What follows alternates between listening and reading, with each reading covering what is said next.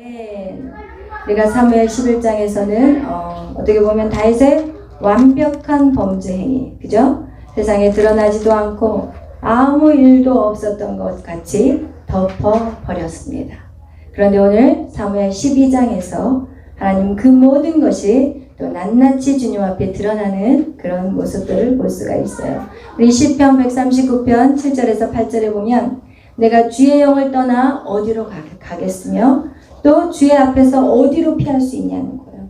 우리는 아무리 우리가 숨고 감추고 그렇게 한다 할지라도 주님 앞에 낱낱이 다 드러난다는 것을 성경 우리에게 말씀하고 있습니다. 내가 하늘에 올라갈지라도 하나님 거기에 계시고, 내가 수월에 숨는다 할지라도 거기에 내 자리를 펼지라도 하나님 그곳에 계신다고 성경 우리에게 말씀하고 있습니다.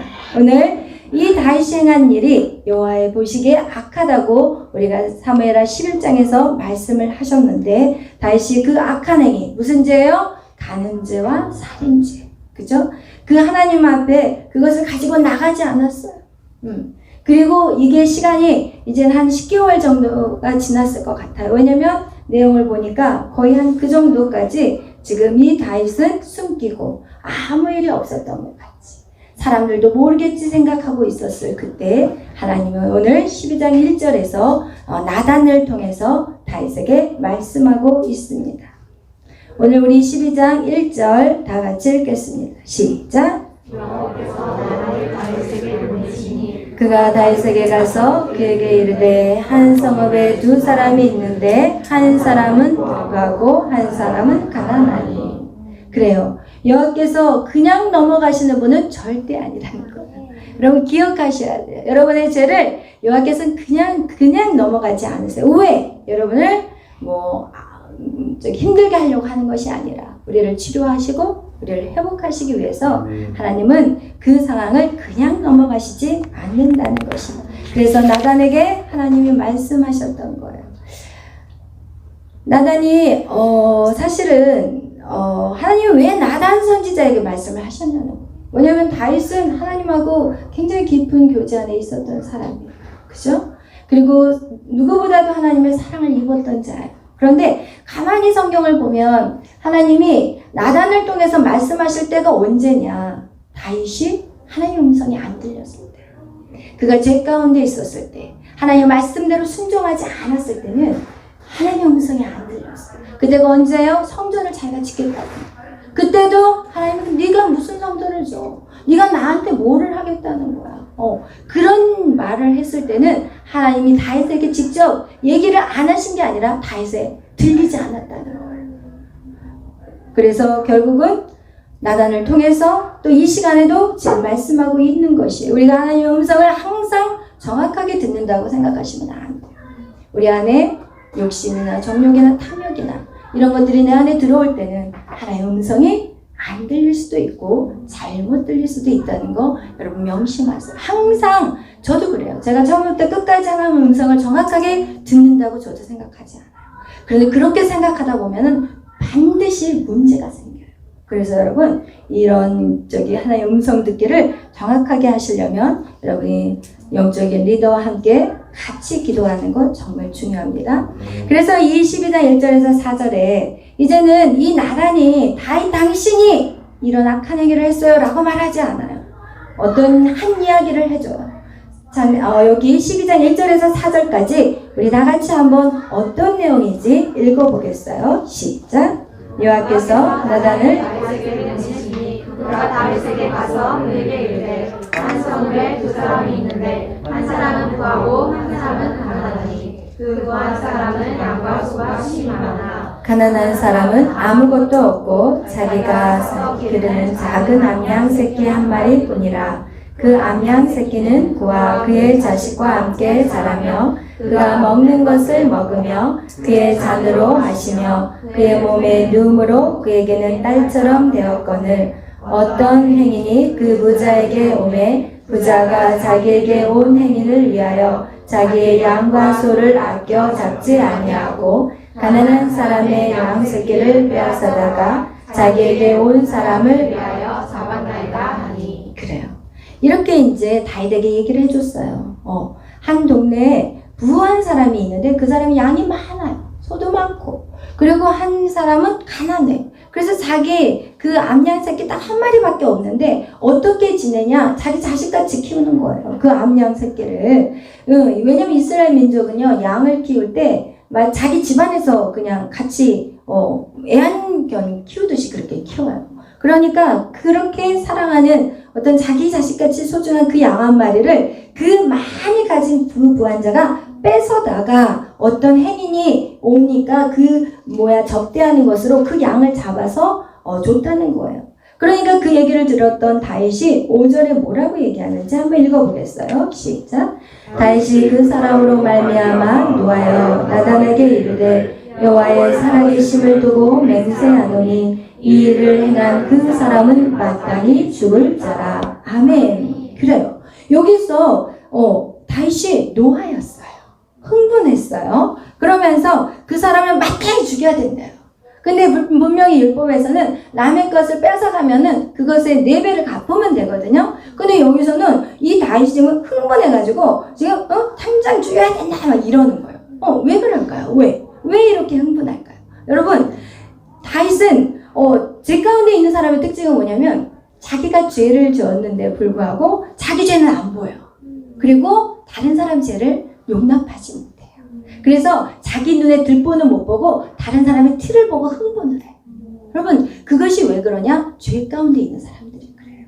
우리가 우리 안에 정말 하나님으로 말미암아 예수 그리스도의 그 은혜로 말미암아 우리 안에 정말 죄를 끊어내면 끊어낼수록 사람들을 용납하게 되고 사람들을 사랑하게 돼요. 그렇지 않으면 내가 제대로 살지도 못하면서 다른 사람들을 보고 막 흥분하는 경우들이 너무 많다는 거예요. 그럼 그거와 같이 여러분 내 눈에 들보를 보지 못하고 남의 눈에 티끌을 보는 그런 연약한 모습이 바로 오늘 다윗의 모습이에요. 그가 율법을 모른 게 아니에요. 왜냐하면 6절에 바로 얘기하고 있어요. 그 양새끼를 4배나 갚아주어야 하리라. 그러면서 이제 약간 분노가 삭혀지니까 정확한 율법에 대해서 알고 있는 것입니다. 여러분, 여기에서 우리 7절, 8절 다 같이 읽겠어요. 시작. 나단이 다윗에게 이르되 당신이 그 사람이라 이스라엘 하나님 여호와께서 이와 같이 이르시기를 내가 너를 이스라엘 기름 붓기 위하여 너를 사울의 손에서 구원하고 내 주인의 집을 내게 주고 내 주인의 아내를 이스라엘과 유다 족속을 내게 맡겼느니라. 만일 그것이 부족하였을 것 같으면 내가 내게 이것저것을 더 주었으리라. 아멘. 지금 하나님께서는 다윗 너 왜 그런 짓을 했어? 라고 말하지 않았어요. 하나님 뭐라고 얘기하냐면 내가 말이야 너를 그렇게 사랑했잖아. 내가 너를 그렇게 해서 구원했잖아. 그러나 내 사랑이 그렇게 부족했어? 내가 너한테 그렇게 부족한 사람이었어. 부족한 자였어. 지금 하나님 자신을 다윗이 어떻게 생각하는지에 대한 낙심이 와버린 거예요. 하나님은 정말 다윗을 위해서 하나님이 세운 정말 거룩한 왕이었고 하나님 정말 자랑할 그런 왕이었는데 그런 사랑으로 다윗을 돌봤고 그리고 그가 잘못했어도 다시 가르쳐주면서 그렇게 인도해 왔는데 지금 이 다윗은 간음과 살인죄를 저질러 놓고도 뻔뻔하게 하나님 앞에서 당당하게 그렇게 고백하지 않고 살아가고 있는 그 다윗을 보면서 하나님 너무 가슴이 아팠어요.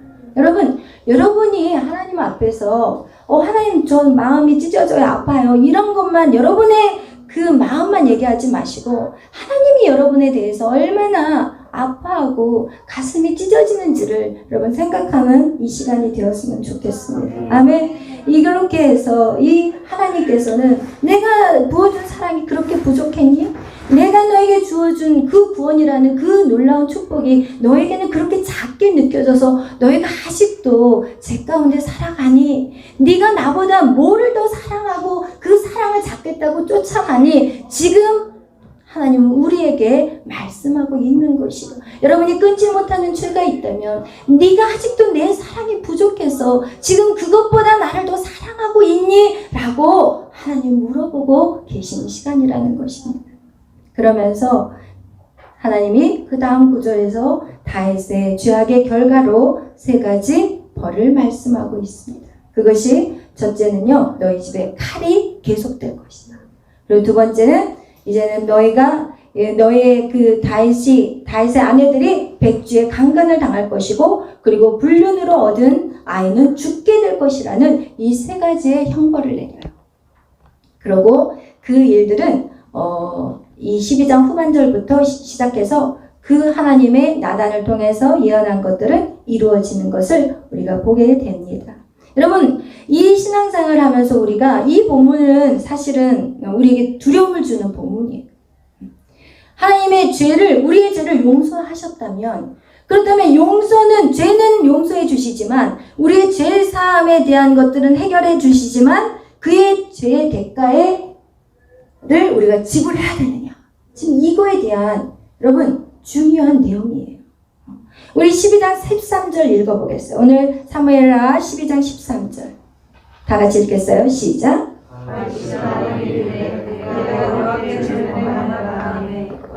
다윗에게 말하되 여호와께서도 당신의 죄를 사하셨나니 당신이 죽지 아니하려니와. 아멘. 그래요.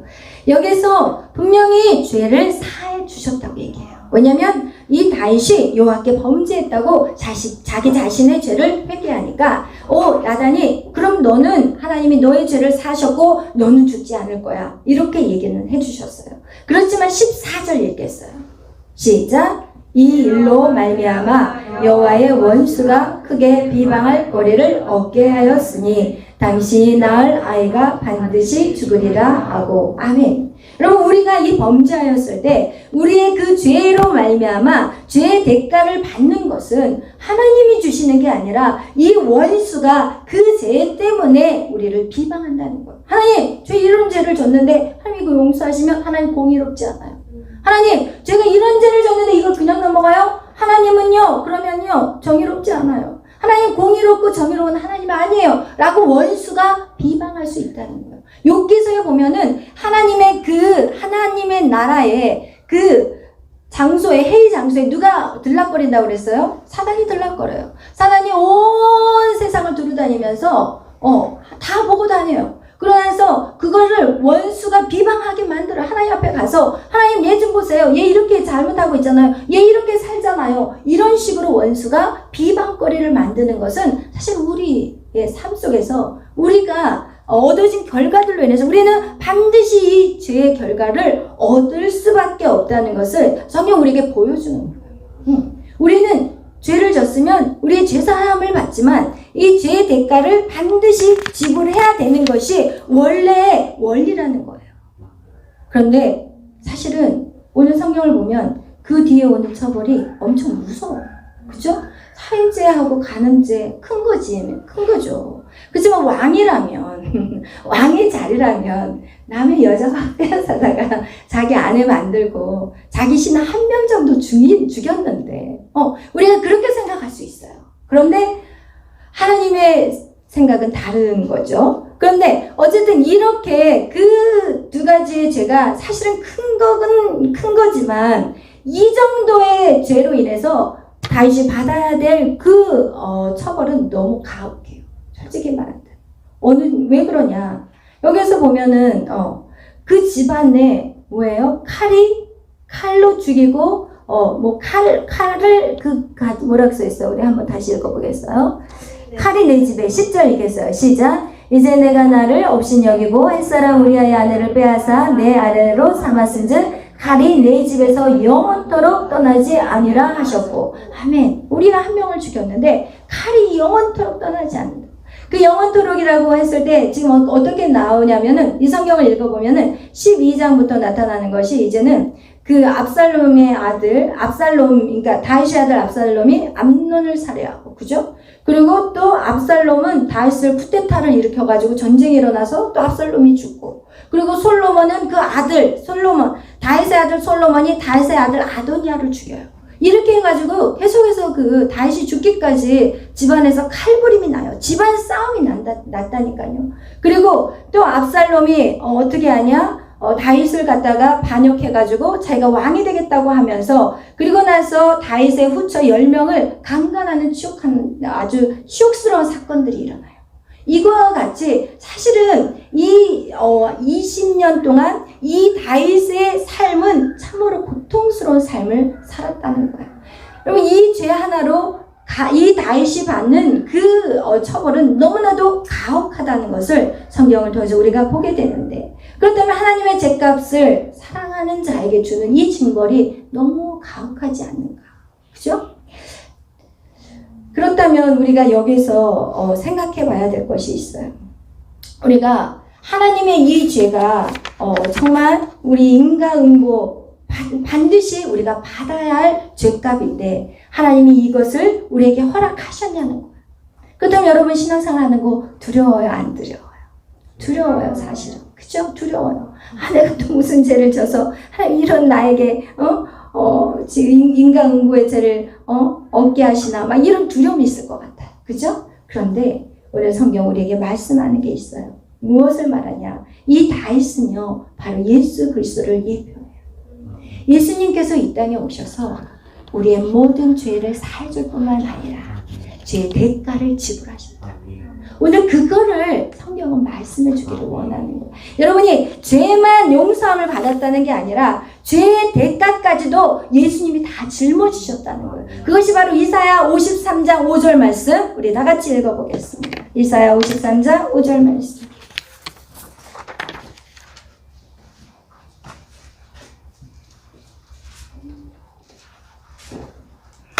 읽겠습니다. 시작. 그가 찔림은 우리의 허물 때문이요 그가 상함은 우리의 죄악 때문이라. 그가 징계를 받음으로 우리는 평화를 누리고 그가 채찍에 맞음으로 우리는 나음을 받았도다. 아멘. 할렐루야. 예수님께서 그 십자가를 지셨다는 것은요, 그 십자가의 보혈의 피로 우리의 죄를 사하실 뿐만 아니라 그 나무에 매달리는 그 고통이 바로 우리의 죄 때문에 받은 죄 대가라는 거예요. 그래서 그가 찔림은 우리의 허물이에요. 나 때문에 그분이 찔렸고, 나 때문에, 나의 죄악 때문에 그가 상해버렸어요. 그리고 그가 징계를 받아서 내 안에 평화가 누렸고, 그리고 그가 채찍에 맞음으로 우리가 무엇을 누렸어요? 나음을 입었다는 거예요. 그래서 신약 성경에 와서 우리가 보면은 어떻게 바뀌었냐면은 예수 그리스도 안에 죄를 지었던 사마리아 여인, 그거 어떻게 해요? 예수님을 만나고 나서 자유해지고 천도자가 되잖아요. 거기에 어떤 죄의 대가가 있었어요? 없었어요. 바로 자유해졌어요.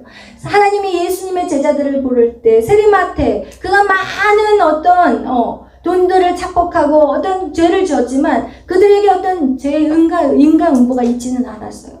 그가 자기가 빼앗은 것만큼 그 이상의 것들을 말씀대로 돌려주고, 그리고 그 안에 진정한 자유함을 누렸다는 거예요.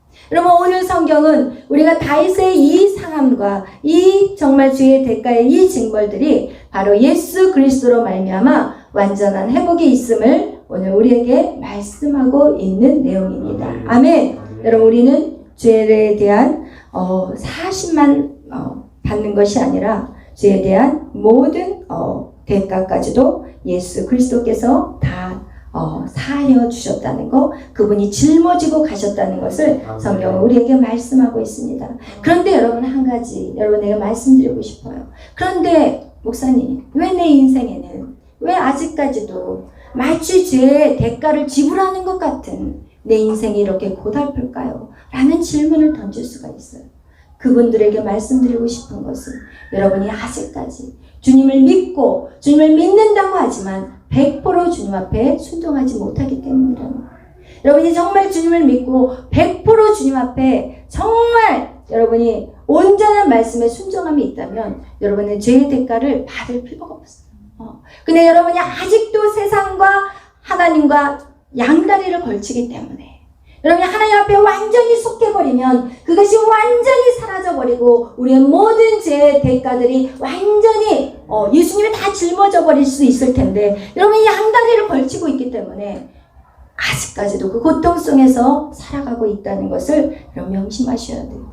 여러분 예수의 이름으로 여러분이 진정한 회개가 일어났다면, 진정한 회개라는 건 무엇이냐? 하나님 잘못했어요, 용서해 주세요, 이게 회개가 아니에요. 진정한 회개는 뭐냐? 내가 이렇게 살았다면 이제 완전히 돌아서 주님의 말씀대로 나아가는 것이 이게 회개인 거예요. 그런데 우리는 회개를 어떻게 하냐? 가볍게 그냥 하나님 잘못했어요. 잘못했어요. 죄송해요. 다음부터는 정말 노력하겠어요. 안 하겠어요. 말은 이렇게 하면서도 계속 그것을 끊지 못하고 걸어간다면 그 인생은 그 인생은 죄의 대가를 삶으로 살아낼 수밖에 없어요. 여러분, 우리의 부모들의 삶 속에서 우리가 항상 말씀드릴 때 부모들이 바로 살아야지 자녀들이 그것을 보고 배웁니다 라고 이렇게 말씀을 드리면서도 우리가 잘못된 인생을 산 부모님, 과거의 잘못된 인생으로 지금 현재 자녀들이 다 망가져 있다면 이 아이들에게 소망이 없냐는 거예요. 아니라는 거예요. 다시 부모가 어깨 옷을 다시 진리의 허리띠를 동이고 다시 믿음의 방패를 붙잡고 다시 성령의 사람으로 새롭게 된다면 반드시 이 아이들은 회복이 된다니까요. 그런데 우리가 알고만 있지 삶에서 절대로 싸우려고 하지 않고 노력하지 않고 그냥 세상이 흘러가는 대로 살아가기 때문에 내 삶에 아직도 죄의 대가를 짊어지고 살아갈 수밖에 없다는 것을 말씀드리고 싶습니다. 아멘.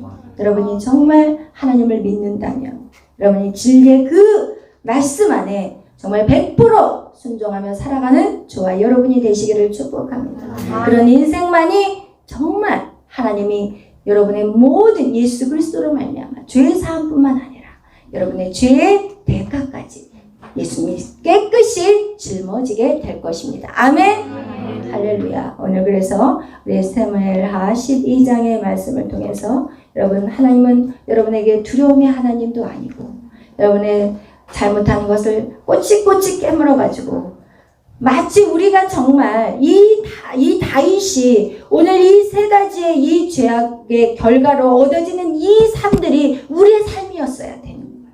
하나님 그것을 보여주고 싶었던 거예요.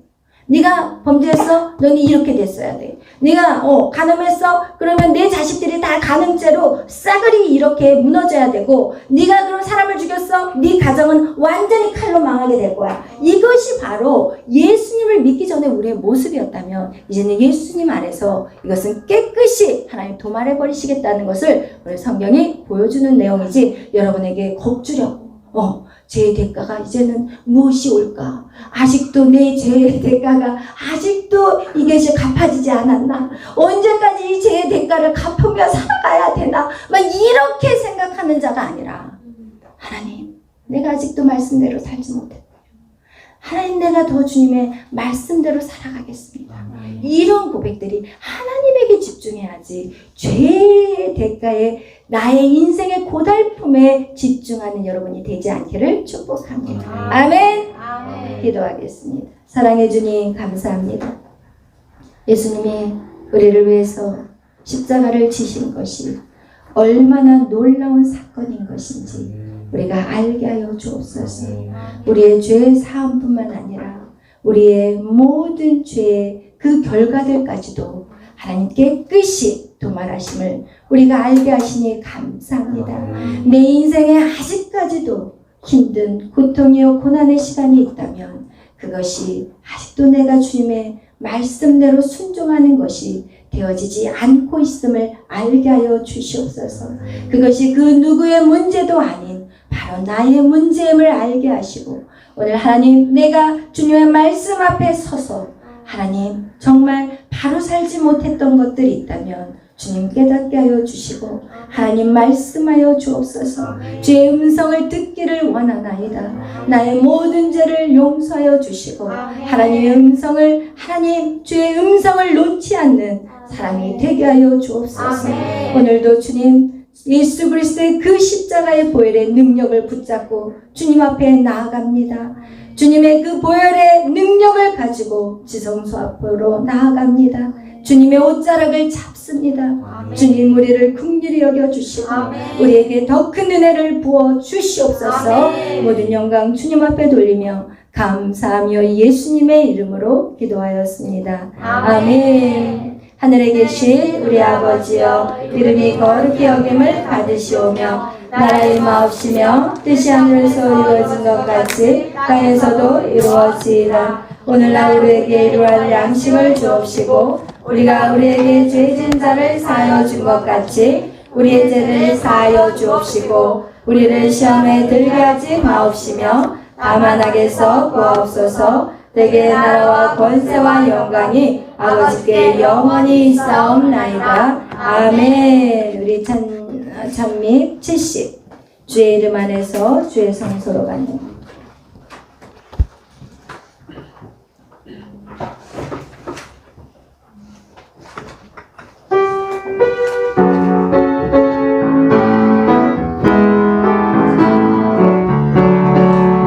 주의 이름 안에서 주의 성소로 가네 힘든스러운 이곳에 우리 기쁘게 왔네 거룩한 보좌 앞에서 따뜻함을 느끼네 우리 마음 경배하며 찬양의 제사 드리네 찬양의 제사 드리며 성소로 들어갑니다 찬양의 제사 드리며 성소로 들어갑니다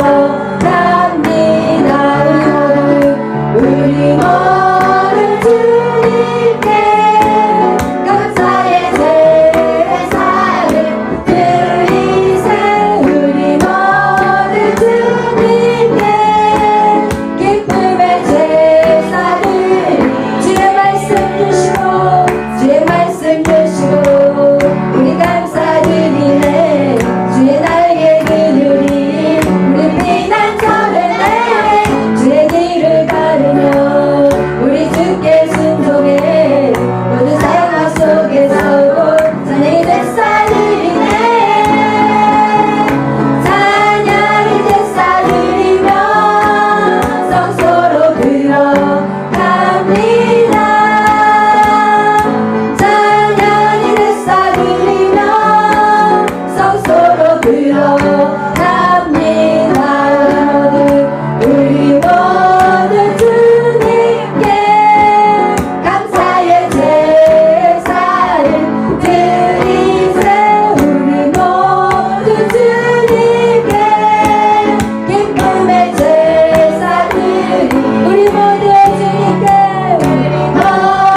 주님께 감사의 제사를 드리세 우리 모두 주님께 기쁨의 제사를 드리세 아멘 이 시간 기도하실 때 주님 그렇습니다 내 안에 주님의 영으로 계속해서 부어주시옵소서 하나님이 내가 너희를 사랑하는데 내가 너를 구원했는데 너는 무엇을 쫓아가느냐 하나님이 이렇게 물으실 때 그렇습니다 주님의 마음을 아프게 한 죄를 용서하여 주시옵소서 주님 내 마음이 늘 오르락내리락하고 늘 갈바를 알지 못하고 갈팡질팡할 때도 하나님 나를 붙잡아 주시고 인도하시는 하나님 감사합니다 하나님 우리의 마음이 하나님이여 정말 민들레와 같이 흔들리지 않게 하여 주시고 하나님만을 바라보며 하나님을 예배하는 일에 더욱더 집중하게 하여 주시옵소서 안간사간 우리의 마음을 정말 막 흔들어 제낀다 할지라도 하나님 내 마음은 오직 주님밖에 없습니다 나는 오직 주님만을 사랑합니다 오늘 그 주님 앞에 우리의 사랑을 고백하는 시간이 되기를 축복합니다 우리 다같이 주여 외치며 기도합니다 주여 주여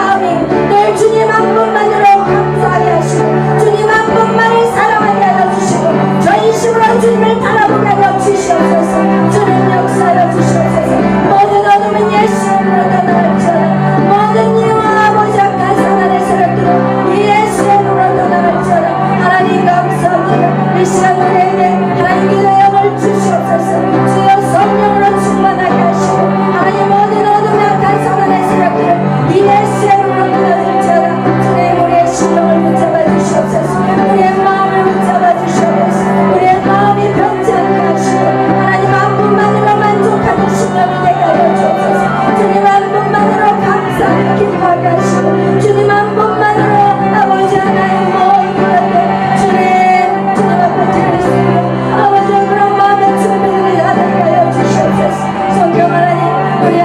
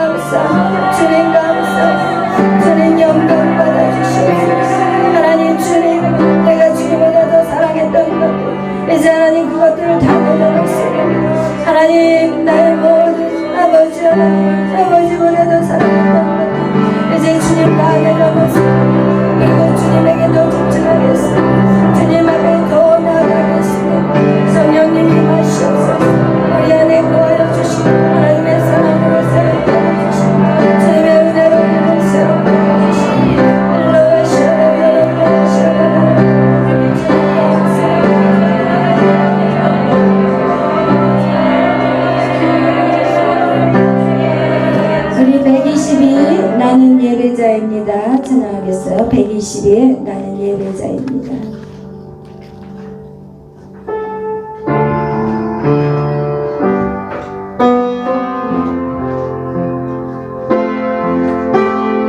나는 하나님을 예배하는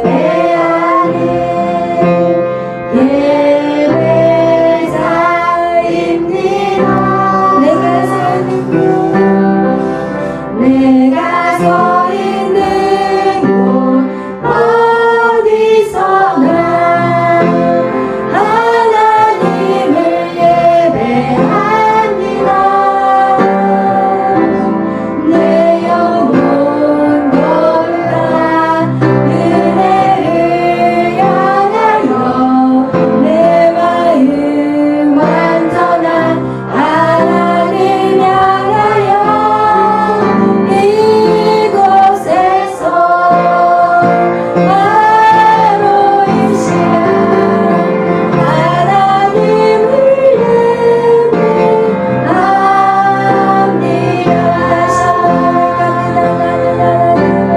나는 하나님을 예배하는 예배자입니다.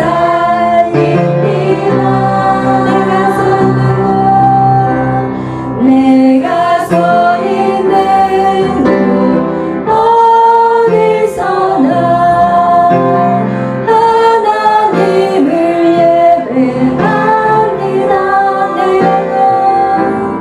내 영혼 거룩한 은혜를 향하여 내 마음 완전한 하나님 향하여 이곳에서 바로 이 시간 하나님을 예배합니다. 다시 한번 고백합니다. 나는 하나님을 예배하는 예배자입니다.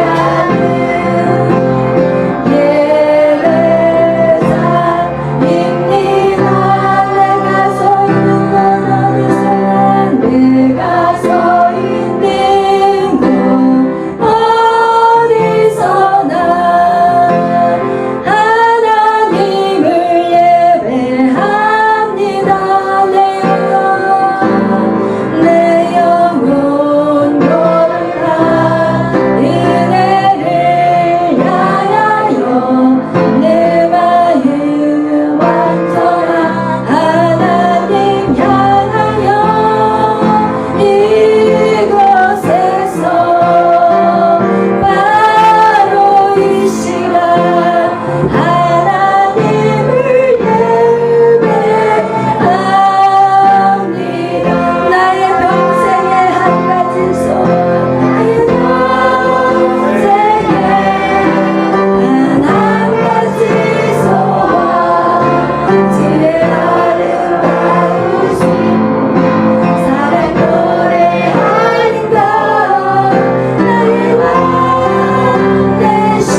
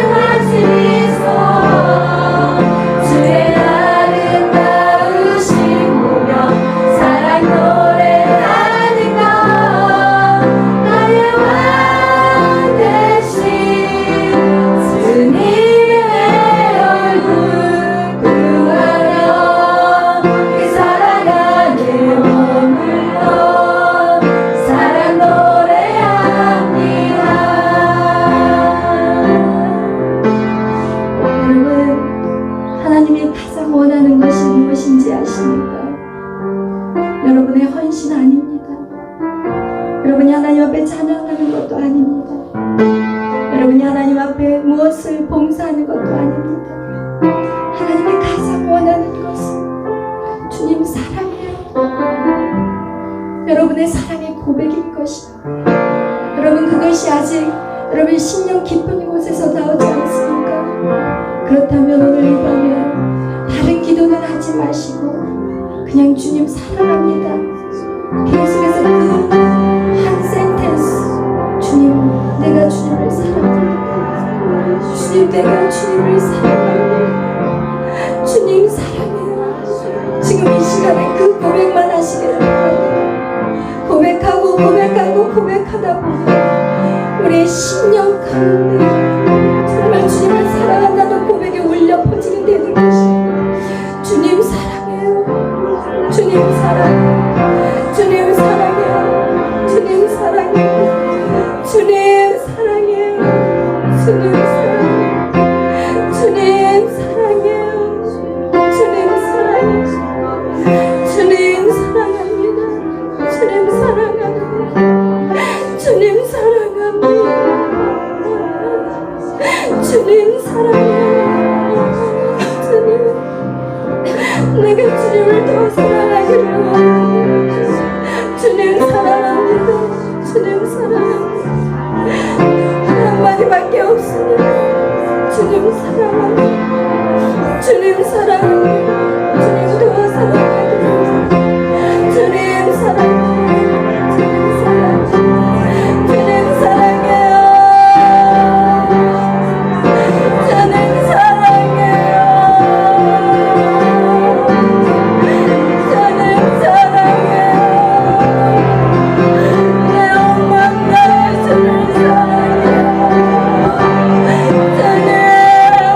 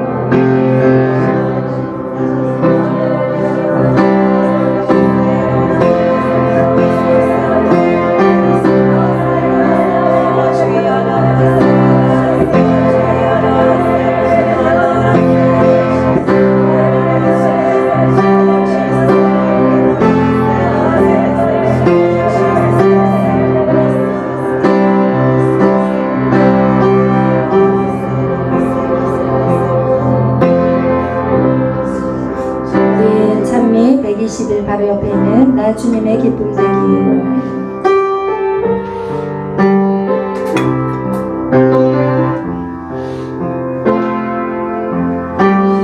나 주님의 기쁨 되기 원하네. 내 마음을 새롭게 하소서. 내 마음을 새롭게 하소서. 새 부대가 되게 하여 주사. 주님의 빛 비추게 하소서. 나 주님의 기쁨 되기 원하네. 나 주님의 기쁨 되기 원하네. 내 마음을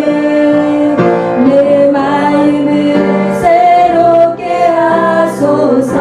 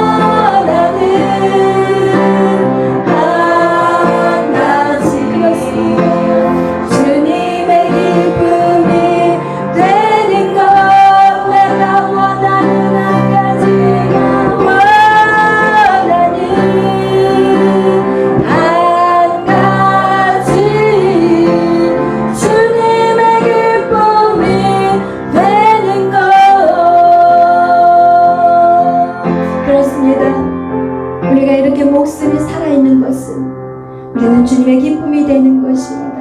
여러분, 우리의 이 기쁨이 빼앗기는 것은 무엇이냐면 우리가 사람을 바라볼 때, 우리가 환경을 바라볼 때는 우리의 기쁨을 다 빼앗겨 버립니다. 우리는 오직 누구를 바라봐야 되냐? 주만 바라봐야 됩니다. 주만 바라보자 열심히 노래하면서 우리는 맨날 우리의 마음을 다 뺏기고 우리가 다시 성전에 돌아오는 우리의 이 연약함들, 이제는 그것을 끊어내야 됩니다.